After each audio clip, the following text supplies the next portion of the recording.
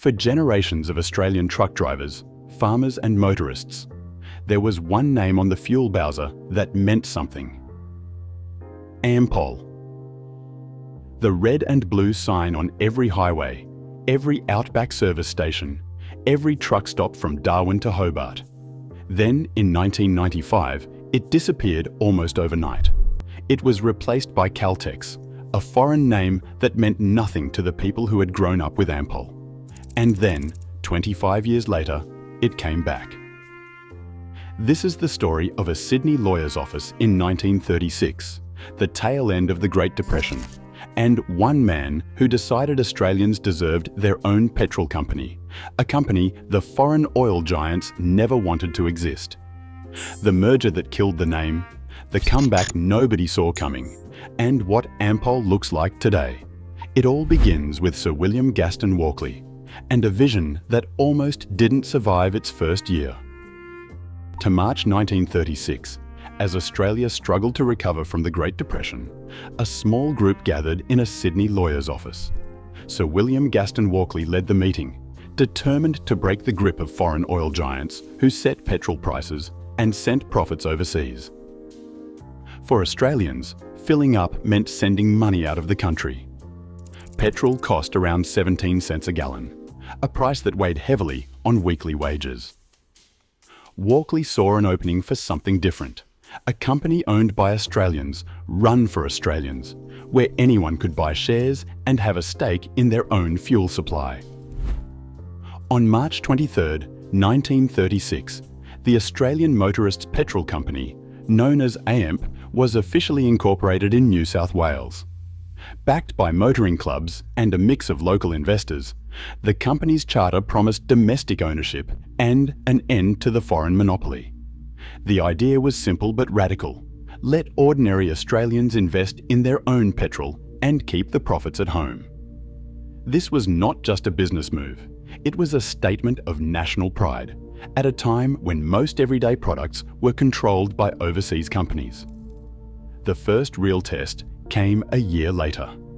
In December 1937, the company's first shipment of oil arrived at White Bay in Sydney Harbour. That delivery marked the start of operations, and the company's first pumps soon began serving local motorists. The sight of Australian-owned bowsers on the forecourt was something new, and it resonated with drivers who wanted to support a homegrown brand. The company's early years were not easy. Foreign competitors still dominated, and the outbreak of World War II brought new challenges. Fuel rationing was introduced, and sales slowed as the government diverted supplies to the military. Walkley, now managing director from 1939, took a seat on the Oil Advisory Committee and the board of Pool Petroleum Pty Ltd, helping direct scarce resources across the country. With many men called up for service, Ampol adapted by recruiting women for sales roles, which was a rare move in a male-dominated industry, though the details of these early female staff remain hard to verify.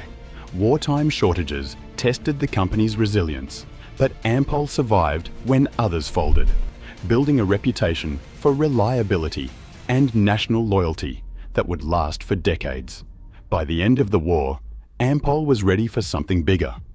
A leap from a modest local startup to a name that would soon be known on every Australian road. If you remember filling up at an original Ampol station, or have stories from those early days, share them in the comments. Don't forget to subscribe for more true Australian stories. Ampol's transformation after the Second World War was both rapid and far-reaching. In 1948, the company took a bold step, listing on the Australian Securities Exchange. This move opened the doors for thousands of everyday Australians to own a piece of their country's fuel supply. By 1949, the company officially adopted the name Ampol Petroleum Limited, aligning its corporate identity with the brand already familiar to so many motorists. The post-war boom brought new roads, new cars, and a growing sense of possibility. Ampol's first retail service station opened in Mosman, Sydney, in 1952. That single forecourt was the beginning of a network that would stretch across suburbs, highways, and distant towns. Ampol stations became a common sight, from city corners to outback crossings, their presence woven into the fabric of Australian travel. Ampol quickly understood the power of visibility and community connection. In 1947, the company sponsored the Ampol golf tournament, drawing crowds and media attention.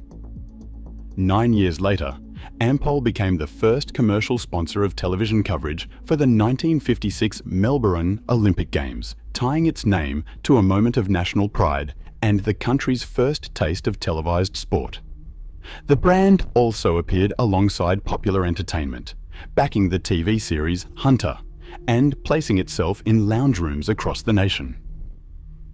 As the decades rolled on, Ampol's visual identity became just as important as its fuel. In 1977, the company unveiled a new red and blue logo. The bold twin bands soon appeared on signs, fuel pumps, and highway billboards, becoming a familiar marker for generations of drivers.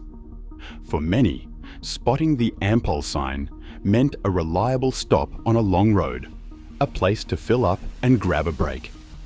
Expansion was relentless.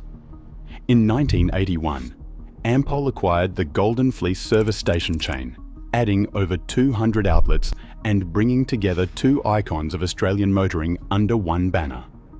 The yellow ram of Golden Fleece faded, but the Ampol colours only grew stronger.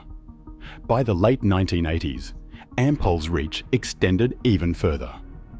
Pioneer International took full ownership in 1988, and the following year, the company purchased Solo Oil, once the country's largest independent fuel retailer. These acquisitions cemented Ampol's position as a national powerhouse, with a network that touched nearly every corner of the country. Through sponsorships, bold branding, and a steady march of acquisitions, Ampol became more than just a petrol company. It was part of the Australian landscape, a name that spoke of local pride, shared journeys, and the open road. If you remember the old red and blue signs lighting up your town, or a favourite Ampol station on your family's holiday route, share your story in the comments. Subscribe for more true stories of Australia's roads and the brands that shaped them. Long before the Ampol brand faded from view, its roadhouses pulsed at the heart of Australian road life. For drivers crossing the Nullarbor or threading through the endless stretches of the Bruce Highway, an Ampol stop was more than a place to refuel. The red and blue bands on the sign promised a hot meal, a clean shower, and a break from the cab's hum. Inside, the diner's counter gleamed under fluorescent lights, with pies warming in glass cabinets and mugs of tea poured by staff who knew regulars by name. Bulletin boards behind the register were crowded with handwritten notes, union notices, job offers, lost dog posters, and the latest freight updates. Truck drivers swapped stories over plates of steak and eggs, checked the weather, and caught up on news from the road. The pump handle salute was a ritual known to every long-haul driver.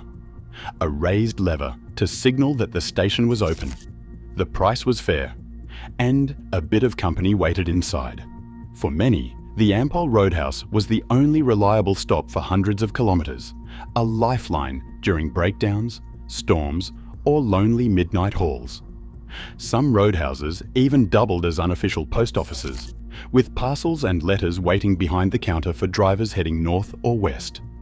Union presence was strong, especially in the 1960s and the 70s.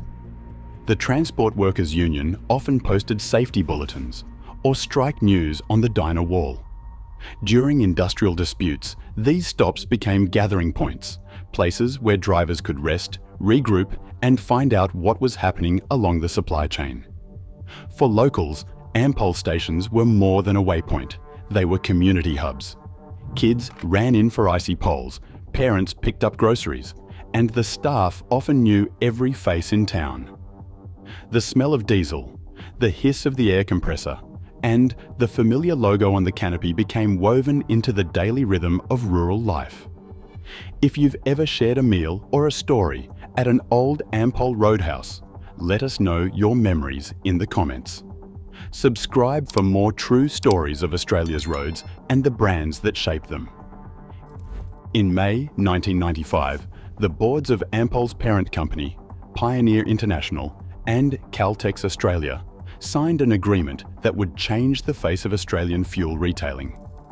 The two companies merged their refining and marketing operations into a single entity, Australian Petroleum Pty Limited, each holding a 50% stake.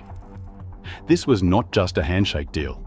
It meant combining hundreds of service stations, logistics networks, and supply contracts under one corporate roof. For Ampol, a name woven into the country's highways and truck stops, the merger introduced a new reality: shared control, and, for the first time, a future where the brand's presence was no longer certain. Caltex, itself a product of global oil history, had entered Australia back in 1941 as the local arm of a United States joint venture between Standard Oil of California and Texaco. By the 1990s, Caltex's Red Star was a familiar sight, but it carried none of the local resonance Ampol had built over generations. The joint venture preserved both brands at first, but boardroom decisions soon began to favour streamlining. Internal memos from 1997 show plans to phase out the Ampol name entirely, citing market research that pointed to stronger recognition for Caltex, especially among interstate travellers. That same year, the joint venture was renamed Caltex Petroleum Australia Limited. The process of removing Ampol signage began almost immediately, with station owners receiving instructions to update branding as contracts came up for renewal. The change was not just cosmetic. Pioneer International, the company that had steered Ampol through decades of expansion, started selling down its stake. By 1998, Caltex Australia held full ownership of the combined business. From 2001, the company entered a new era of dual ownership, 50% held by Chevron, one of the world's largest oil companies, and the rest by Australian public shareholders. This arrangement persisted until 2015, when Chevron sold its stake and the company returned to full Australian ownership. But the Ampol name was still nowhere to be seen on the nation's forecourts. For nearly 2 decades, the red and blue bands that once signalled a fair deal and a warm welcome for truckers and families alike faded from view, replaced by a brand with deep foreign roots.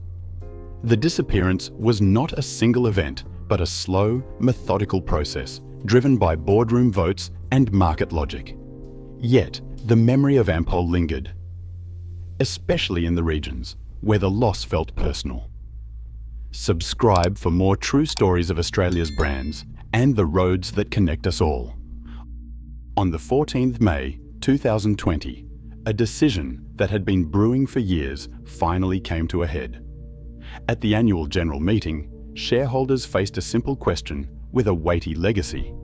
Should the company return to the name that once stood for Australian ownership, local jobs, and a fair go at the Bowser? The vote was not close. More than 99% backed the move. In a single afternoon, Ampol was restored as the company's official name, ending a quarter century in which a foreign brand had replaced a homegrown icon on street corners and highways across the country. The push to bring back Ampol was not just about nostalgia. Internal market research showed that the name still meant something to everyday Australians, especially those who remembered the old roadhouses and the red and blue signs lighting up lonely stretches of highway. According to surveys from the Australasian Association of Convenience Stores, most motorists still recalled the Ampol name and linked it to trust, reliability, and a sense of national pride. Interim CEO Matt Halliday summed up the mood in the room. It is a brand that has been around for 80 years, and it is a brand that customers trust, customers remember. The timing was no accident.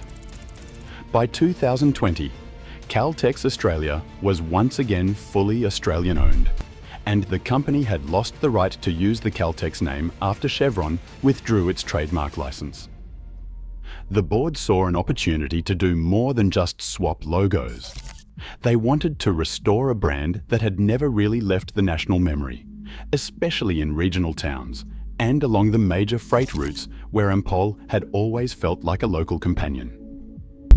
Within weeks of the vote, the first Ampol-branded service stations reopened in Sydney's Concord and Granville, two suburbs with deep ties to the company's early days. The new signs echoed the classic 1977 red and blue design, but with a modern twist: digital price boards, fresh canopies, and a renewed focus on community. For many, seeing the Ampol name back on the forecourt was like welcoming home an old friend. The rollout would soon spread to hundreds of sites across the country, but these first reopenings set the tone, a blend of memory and momentum, a signal that the roads of Australia belonged to Australians once again. If you remember the day your local Ampol came back, or have stories from the first time you filled up under the new sign, share your memories in the comments. Subscribe for more stories of Australia's brands and the roads that connect us all. Ampol today stands as Australia's largest transport energy retailer, a company with roots in a Sydney lawyer's office, now spread across 2 nations. The network covers more than 1,800 service stations in Australia and, since May 2022, includes 262 sites in New Zealand under the Z Energy brand. This trans-Tasman reach echoes Sir William Walkley's original vision of a fuel company that served everyday motorists and businesses on both sides of the ditch. The modern Ampol employs around 8,300 people, from refinery technicians and fuel truck drivers to retail staff serving city commuters and outback truckers. The company is listed on the Australian Securities Exchange under the ticker ALD, a nod to its status as a public company with thousands of local shareholders. The return to the Ampol name was not just a matter of swapping signs. The new logo keeps the familiar red and blue, but adds a forward-leaning A, a subtle signal of movement and progress. This updated design now appears on canopies, uniforms, and digital price boards from Sydney suburbs to remote highway stops. For many, the sight of the Ampol sign once again means more than fuel. It is a reminder of homegrown enterprise and the long tradition of Australian road travel. Ampol's business goes well beyond petrol and diesel. The company operates the Lytton refinery in Brisbane, one of only 2 oil refineries still running in Australia, helping to secure local fuel supply. In 2022, Ampol completed the acquisition of Z Energy, cementing its position as the leading fuel retailer in New Zealand. The company is also investing in the future of transport, rolling out AmpCharge electric vehicle charging points and exploring new biofuel blends to meet changing needs. These initiatives are part of a wider strategy to keep the business relevant as the world shifts toward lower carbon energy. Despite all the changes, the heart of Ampol's operation still beats in the same places it always has: at the Bowsers, in the truck stops, and along the highways that knit Australia together. The brand's revival is not just about nostalgia. It is about carrying a legacy forward, adapting to new technology while holding on to the values that made Ampol a household name. For those who remember the old red and blue signs, the modern Ampol is both a return and a promise, Australian-owned, locally run, and ready for the next chapter. Subscribe for more true stories of Australia's roads and the brands that shape them. Ampol's return isn't just a new logo. It's a reminder that Australian names still shape our roads, our memories, and our sense of home. Today, Ampol stands as Australia's largest transport energy retailer, serving more than 1,900 sites nationwide. Share your Ampol memories below, and don't forget to subscribe for more true Australian stories.